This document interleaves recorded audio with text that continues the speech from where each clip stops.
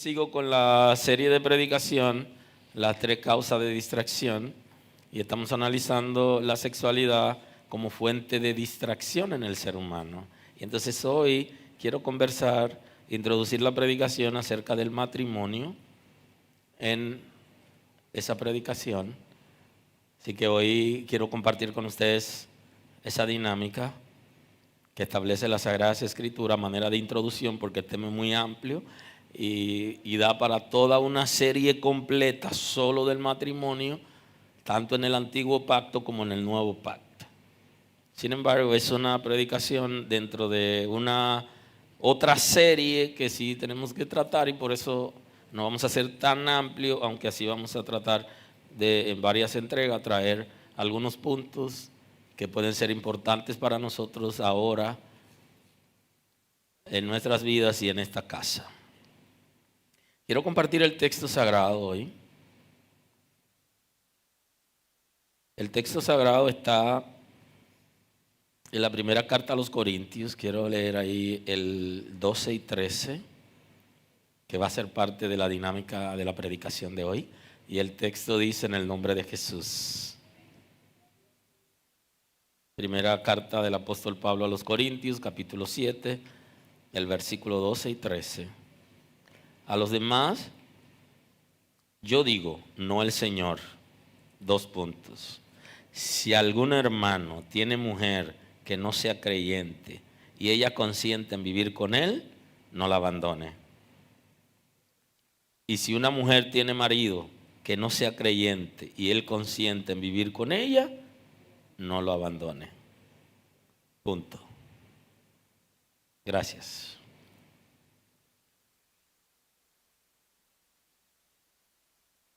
Entonces ya sabemos lo que es el matrimonio en términos general.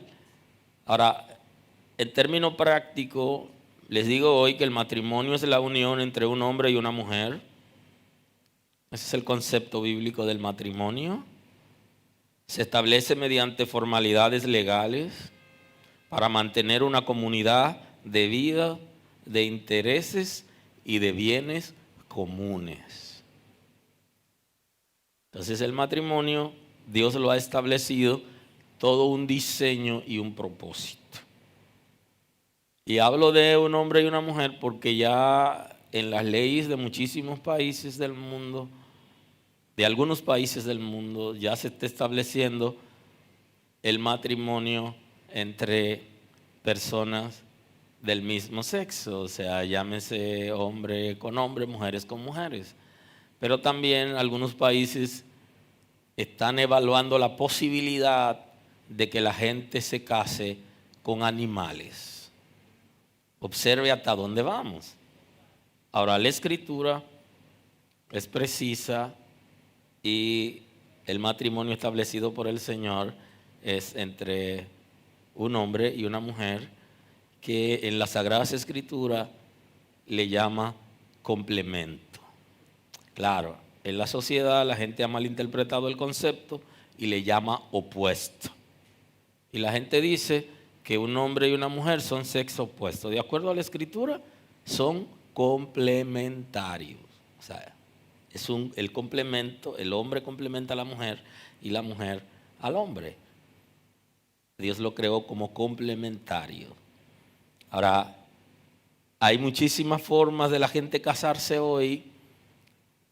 Y de hecho las iglesias tienen normas establecidas para los matrimonios. Sin embargo, el matrimonio en términos jurídicos son ordenamientos de leyes de los estados, dependiendo la cultura, el país y todo eso. Por eso hay en países donde usted va a encontrar que hay matrimonios que se pueden hacer. Un hombre puede tener, por ejemplo, varias mujeres, se puede casar legalmente con varias mujeres, y otros países no lo permiten. Ahora, la Sagrada Escritura en el Antiguo Pacto sí permitía el matrimonio de un hombre que podía casarse con varias mujeres simultáneamente, pero ya en el Nuevo Pacto se reguló, y conversé con ustedes en una predicación que tenemos por ahí, que es acerca de la restauración de todas las cosas en el sacrificio de Cristo, en la que se incluyó la restauración de la dignidad de la mujer. Y entonces ya en el nuevo pacto que se hace por la sangre de Cristo y es una nueva oportunidad para tener una relación con Dios, ya las normativas desde el punto de vista de la Escritura viene a regular la dignidad de la mujer y ya establece igualdades de oportunidades, y en la dignidad son diferentes, tienen diferentes roles, pero delante del Señor son iguales en dignidades tanto el varón como la hembra.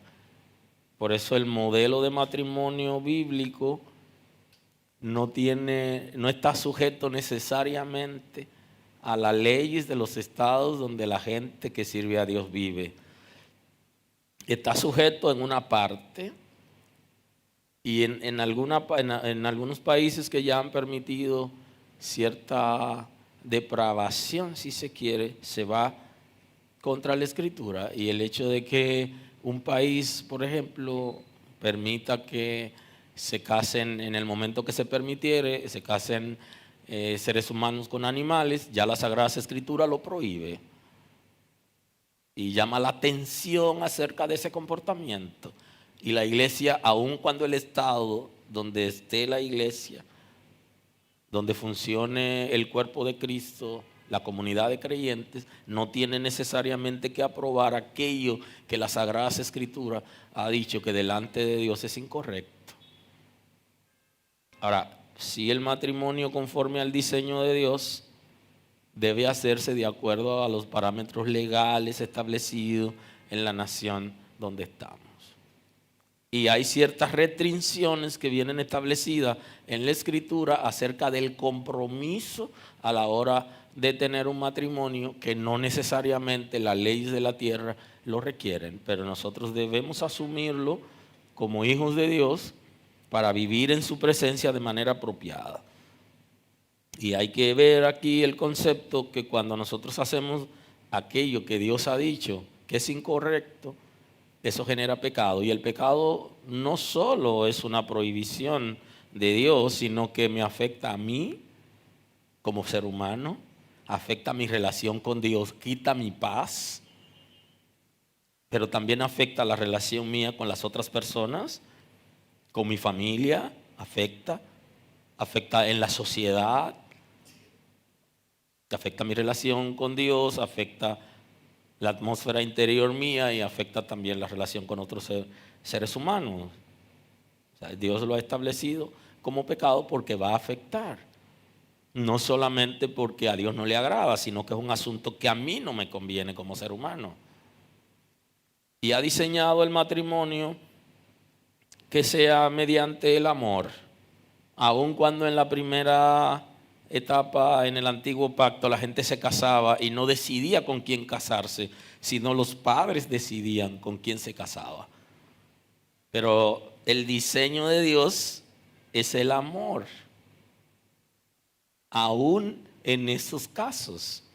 Hoy la gente decide por sí mismo, sin embargo duran menos los matrimonios y la gente está decidiendo por sí mismo.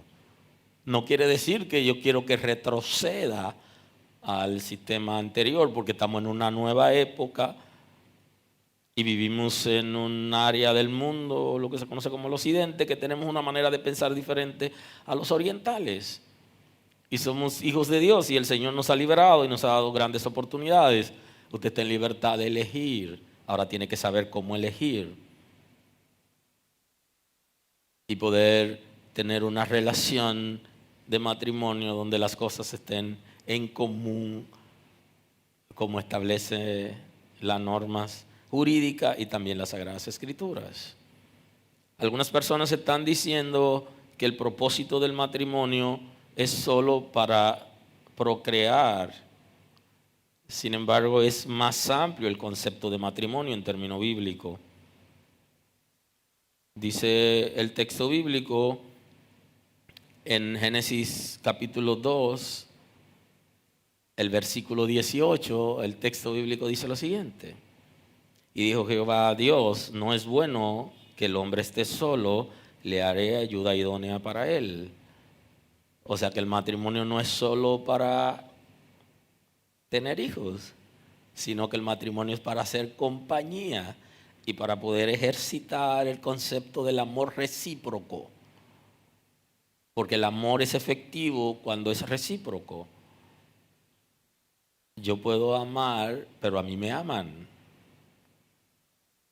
Me aman y yo amo.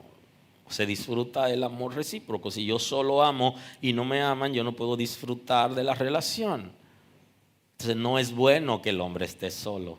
Ese es el concepto de las Sagradas Escrituras. No es solo para tener hijos, sino para hacerse compañía. Siendo así, entonces las personas que ya no pueden tener hijos o que tuvieron alguna situación no tienen razón para casarse.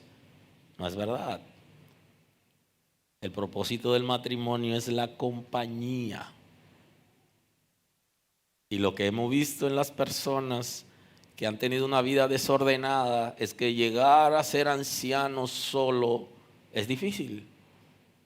Y aquellos que han abandonado su familia para irse a la calle, cuando se han enfermado, entonces no tienen a dónde ir. Abandonaron la esposa de la juventud porque tenían ellos mucho brío. Y cuando llegan a la vejez, entonces tienen situaciones. Y el concepto no es bueno que esté solo, es porque necesita compañía. Y el concepto le dice no es bueno que el hombre esté solo, pero tampoco es bueno que la mujer esté sola. El propósito de Dios es que el amor pueda fluir en una relación, que se hagan compañía mutuamente y que sean el uno para el otro. Claro, dentro del mismo texto sagrado, en el capítulo 1, el versículo 27, el texto bíblico está diciendo, y creó Dios al hombre a su imagen, a imagen de Dios lo creó, varón y hembra los creó. Y los bendijo Dios y les dijo, fructificad, multiplicaos. Aquí le dice que debían multiplicarse, que debían dar frutos y multiplicarse. Y dice que llene la tierra y sojúzguenla, administrenla y señoreen en los peces del mar y en las aves de los cielos y en todas las bestias que se mueven sobre la tierra. Así que no es solo para tener hijos.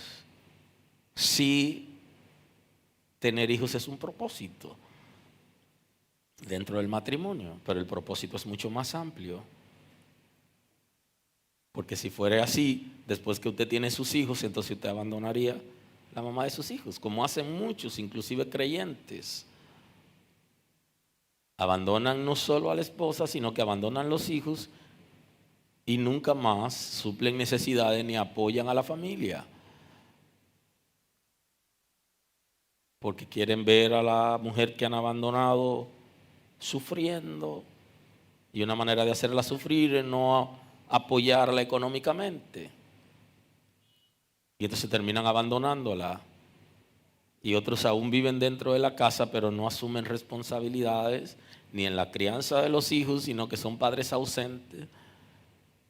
O, en su defecto, no trabajan ni asumen ninguna responsabilidad para sostener su familia.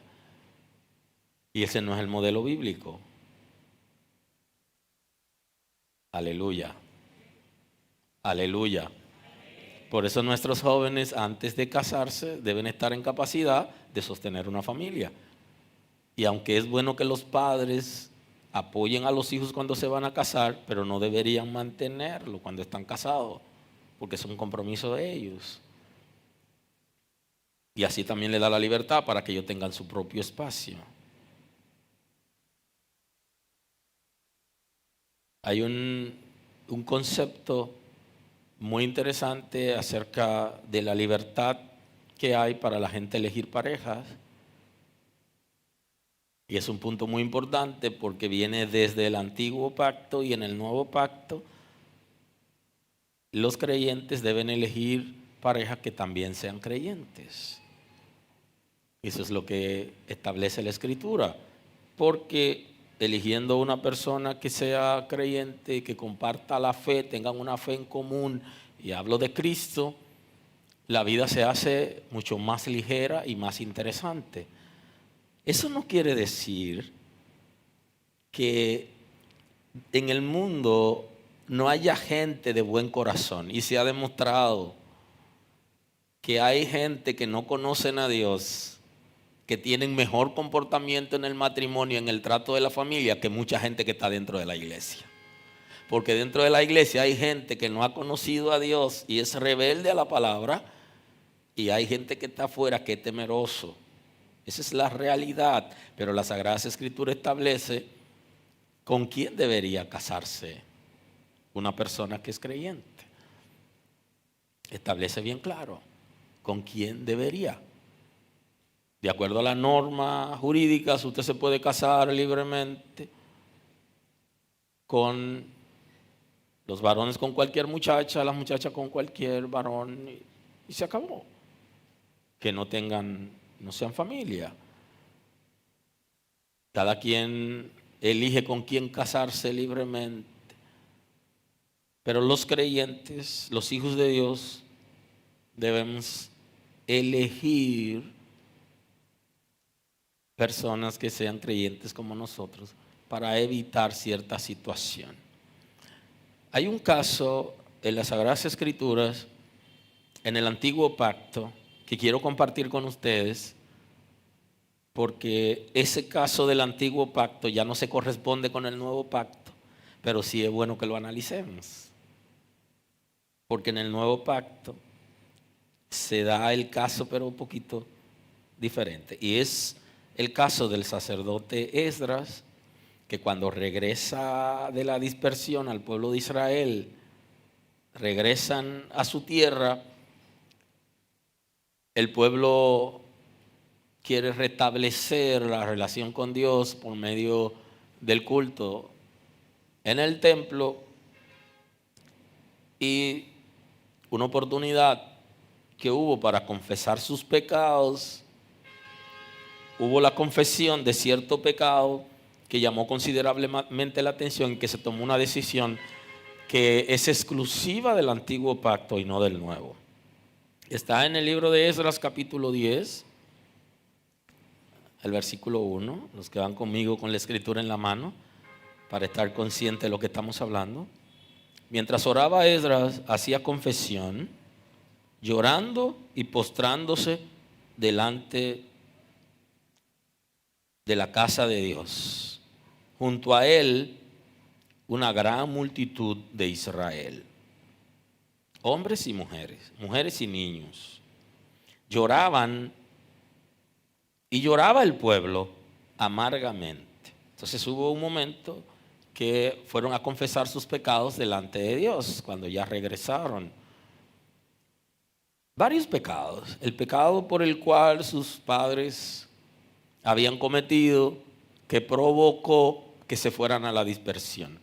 Y el pecado que ellos habían cometido por rebeldía delante de Dios en esos días y en ese tiempo que tuvieron fuera. Y están confesando sus pecados delante de Dios. Y esto es sumamente interesante, porque en la oración modelo que Jesús nos enseñó, nos habla acerca de pedir perdón por nuestros pecados.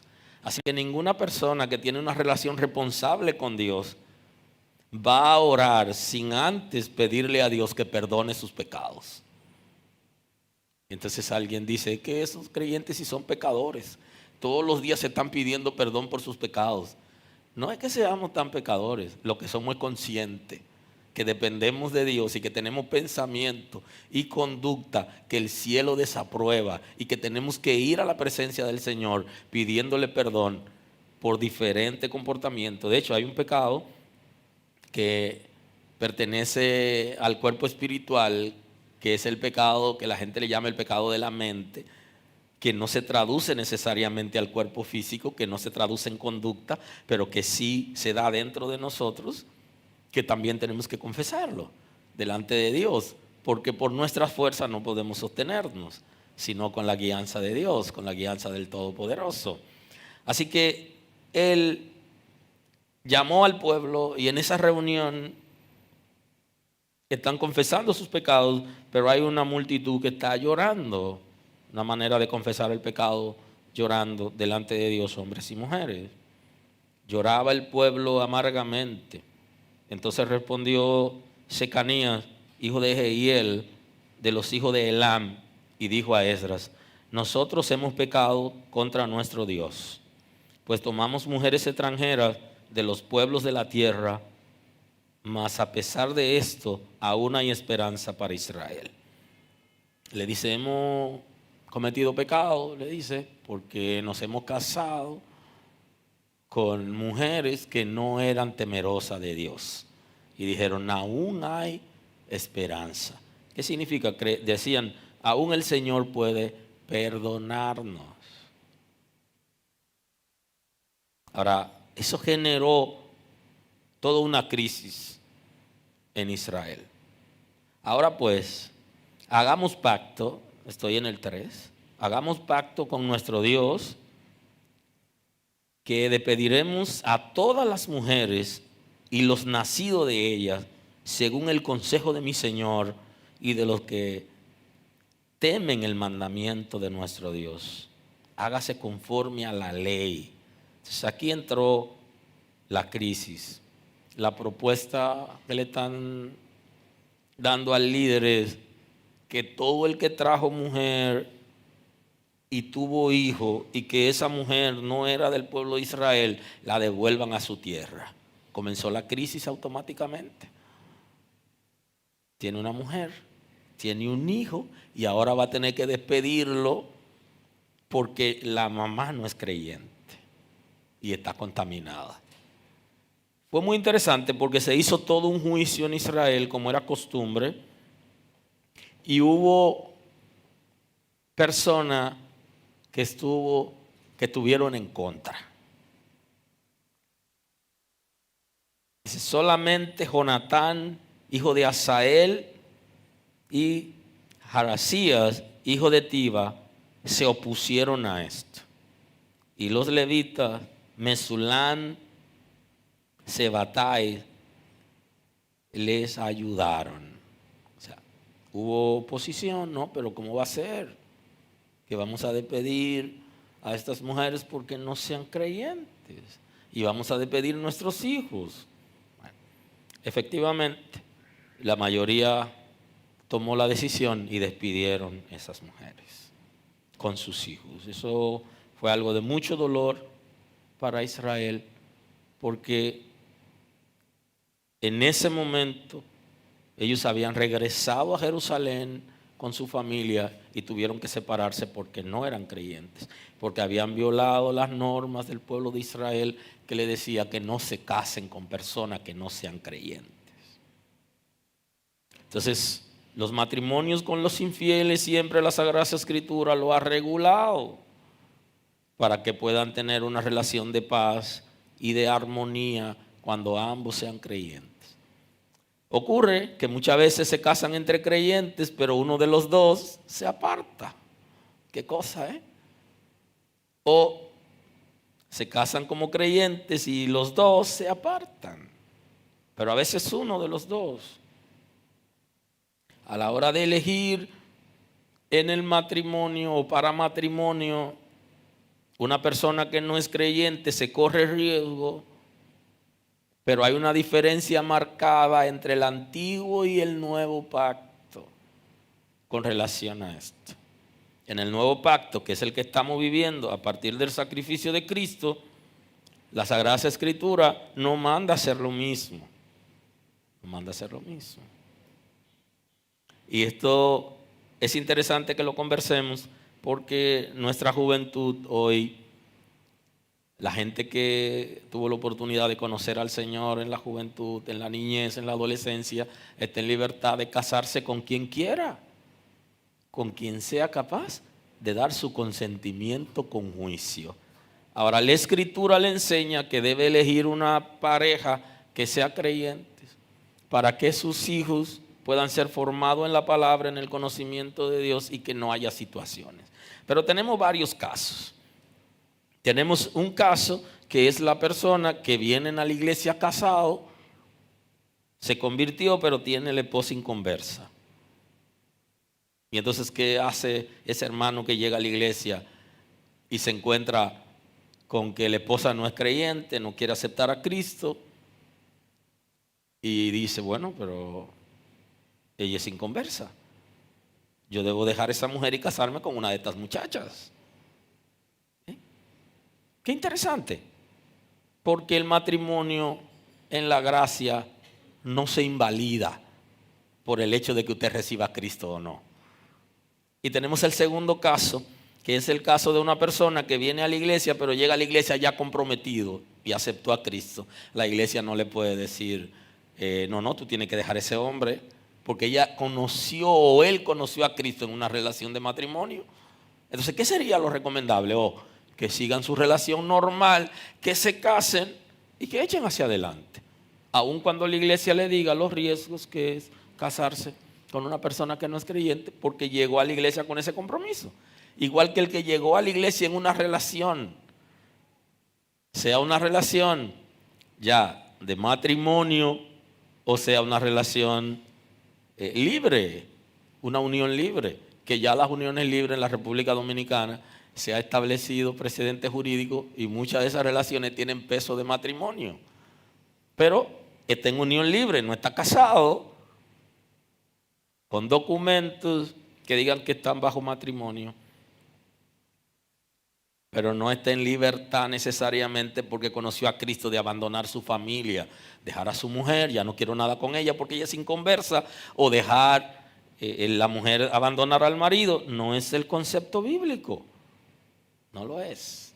El concepto bíblico que leímos al principio, ahí lo establece el apóstol Pablo, que está estableciendo nuevos paradigmas para el nuevo pacto.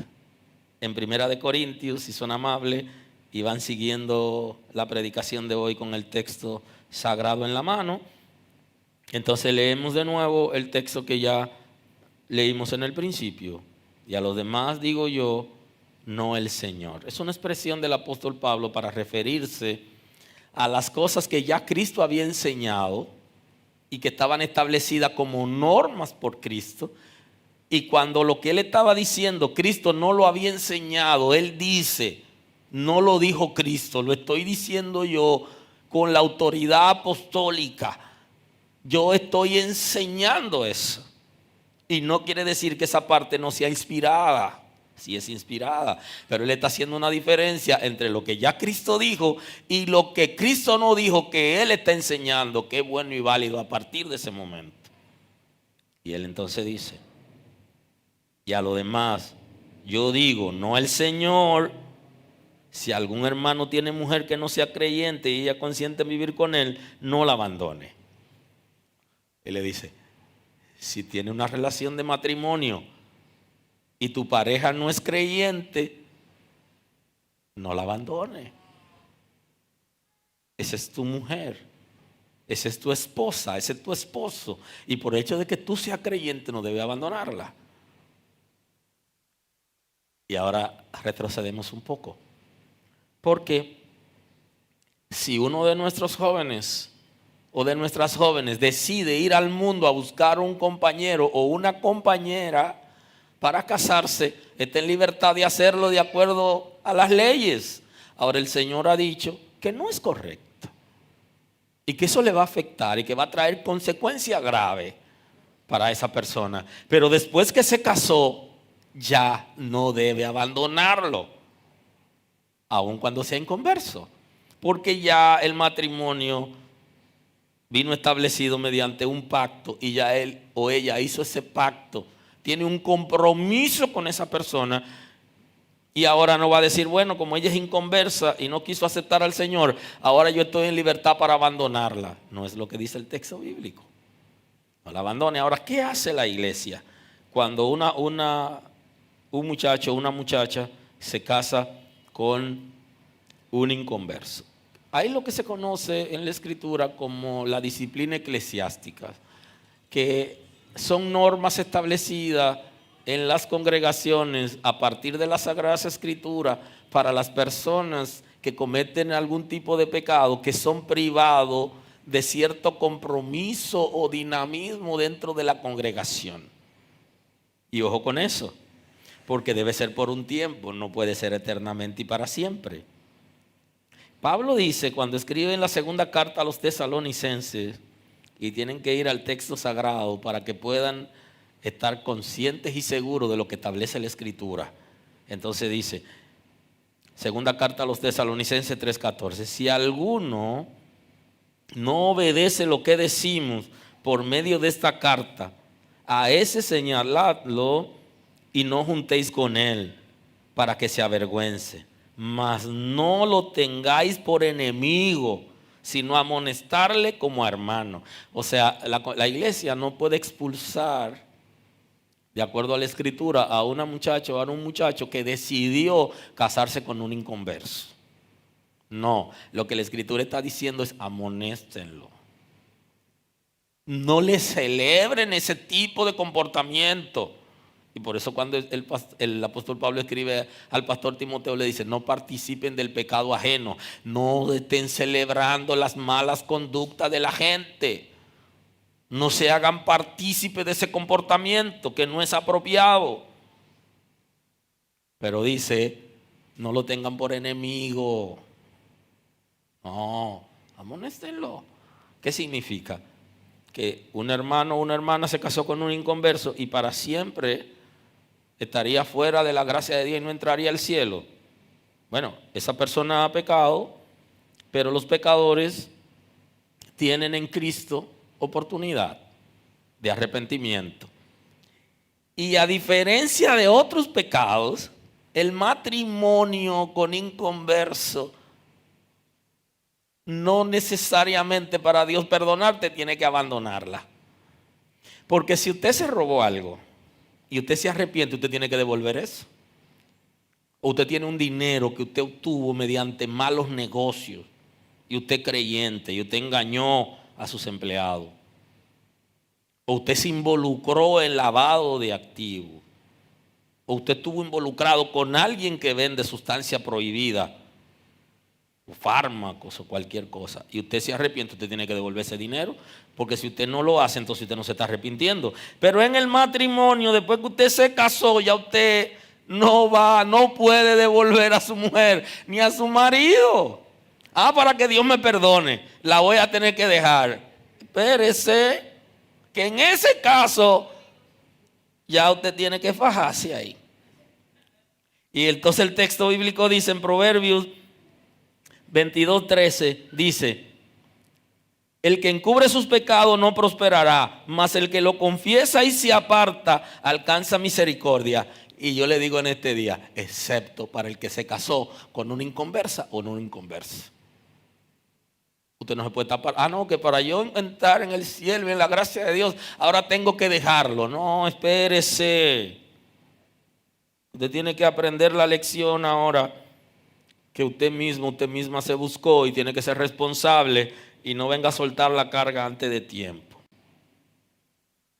El hombre que siempre teme a Dios, bienaventurado el hombre que siempre teme a Dios, mas el que endurece su corazón caerá en el mal. ¿Quién es el que endurece su corazón? El que no sigue los mandamientos cae en el mal. Entonces usted debe observar el texto sagrado. Ahora, en la primera carta de Juan, en el capítulo 2 de la primera carta de Juan, el versículo 1, dice la Escritura lo siguiente: hijitos míos, estas cosas os escribo para que no pequéis. Dice, le estoy escribiendo esto para prevenir el pecado, para que no tengan que pecar, para que puedan obedecer a Dios. Para eso le estoy escribiendo. Porque la Escritura no solo es un instrumento para corregir y condenar el pecado, también es un instrumento para prevenir. Y eso es lo que hacemos en la iglesia: darle una predicación, darle una enseñanza para que usted no caiga en la trampa, para que usted lo sepa antes que se le presente la oportunidad. Y entonces la Escritura aquí, el apóstol Juan está hablando acerca del propósito de la Escritura como prevención. Hijitos míos, estas cosas os escribo para que no pequéis. Si alguno hubiera pecado, abogado tenemos para con el Padre, a Jesucristo el justo. Entonces, si alguno ha pecado, ¿a quién tiene? A Cristo para que lo perdone, que es su abogado.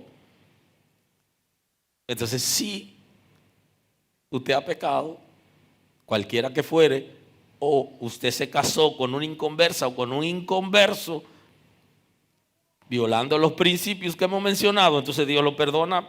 Dios la perdona. ¿Por qué? Porque dice el texto sagrado que si alguno ha pecado, abogado tienen para con el Padre.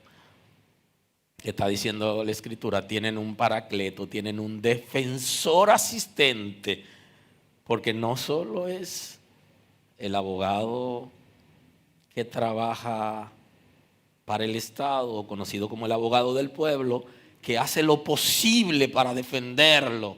Por ese abogado no lo buscó usted ni tampoco representa sus intereses. Pero este que está aquí, no, este es un abogado que representa sus intereses cuando usted tiene un corazón contrito y humillado delante de Dios.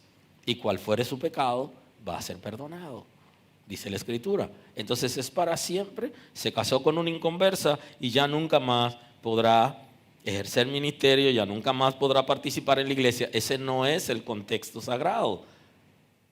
Lo que está planteando la Escritura es otra cosa. ¿Okay? Ya usted se casó, usted tiene que asumir su responsabilidad, usted no tiene que abandonar su relación para que Dios lo perdone, sino que usted debe someterse a los procesos que la iglesia como institución establezca, porque usted ha violado uno de los principios, pero usted se va a restaurar, porque Cristo va a perdonarlo, va a perdonarla y usted va a volver a integrarse, y para eso no tiene que abandonar su relación de pareja, porque el texto está diciendo otra cosa. Y entonces aquí volvemos al texto de primera carta de Corintios, la primera carta a los Corintios 7:12. Y a los demás yo digo, no el Señor, si algún hermano tiene mujer que no sea creyente y ella consiente en vivir con él, no la abandone. Es inconversa, no es creyente. Tu mujer o tu esposo, no lo abandone si quiere vivir contigo. Y si una mujer tiene marido que no sea creyente y él consiente en vivir con ella, no la abandone. No abandone tu pareja, no abandone tu matrimonio por el hecho de que tu pareja no sea creyente. Eso es lo que está diciendo la Escritura. Y la gente se puede convertir a la fuerza. De hecho, es interesante, porque no somos capaces de dar testimonio de que Cristo nos ha transformado y queremos que a la fuerza le sirvan a un Cristo que es mezquino, que es el que estamos vendiendo, que no es el verdadero. La verdad es que nosotros tenemos que dar testimonio a la pareja de que Cristo nos ha transformado y convencerlo sin palabra, establece el texto, sino con nuestro comportamiento. Pero no damos testimonio y queremos que se convierta. ¿Pero que se convierta qué? Que busque qué, lo que tú estás dando, que no se corresponde con lo bueno y con lo que me hace sentir bien, ni con la palabra de Dios. Entonces el desafío aquí es convencer con el testimonio, con el comportamiento, de que Cristo nos ha transformado realmente. Y qué mujer que ve a su esposo transformado y que lo ve que se vuelve dulce y amoroso, no le va a dar la gloria a Dios: Señor, gracias por cambiarlo. Pero un creyente que se vuelve difícil, hostil. Hay gente que cuando llegan a la iglesia se ponen difíciles, malinterpretan el concepto y llegan a la casa diciéndole a la mujer: bueno, si no te conviertes mañana, ya tú sabes.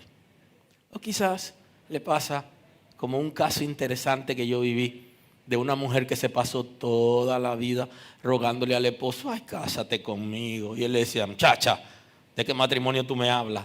El hombre se ha convertido y ha llegado a la iglesia. Y le han dicho en la iglesia que tiene que casarse para bautizarse. Y llega a la casa y le dice a la mujer: mañana hay boda. Y ella le dijo: espérate, ¿con quién tú te vas a casar? Ya yo suficientemente te dije a ti que te casara conmigo y no quisiste. Así que no me hable de matrimonio. Ay, Dios mío.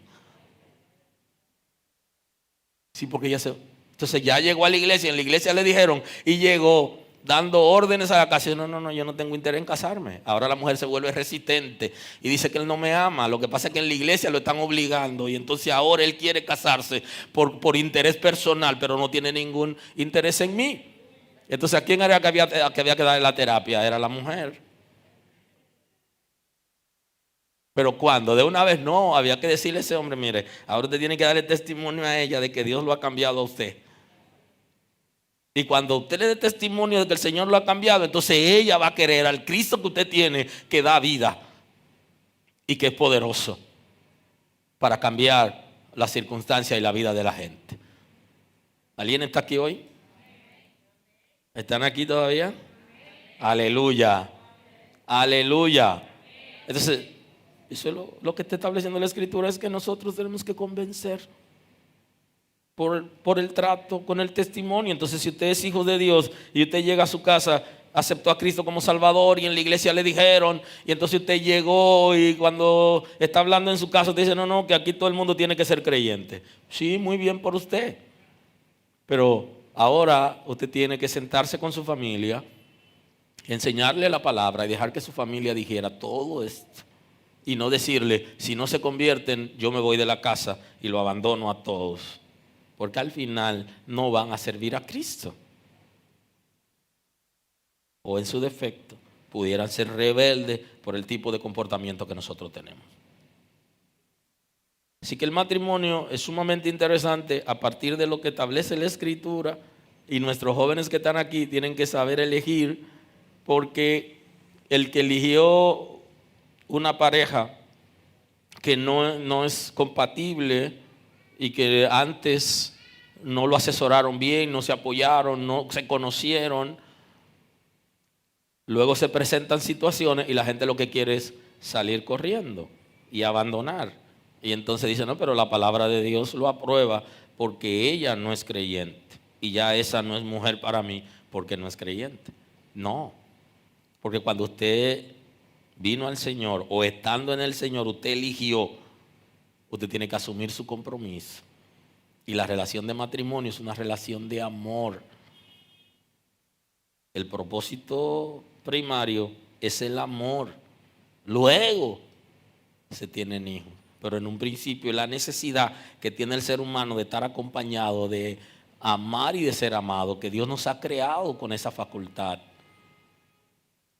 como seres humanos. Los atributos de Dios están como eco reflejo de su naturaleza en nosotros.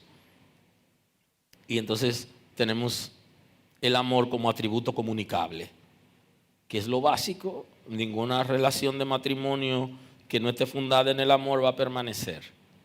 Pero si está fundada en el amor va a permanecer. Ninguna persona que no ame no podrá ser fiel porque no ama.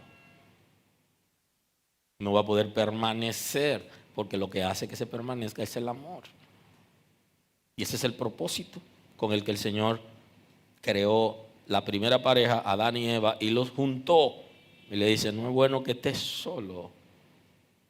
Él necesita a alguien que lo acompañe. Él necesita a alguien a quien amar. Él necesita ser amado. Él necesita una respuesta.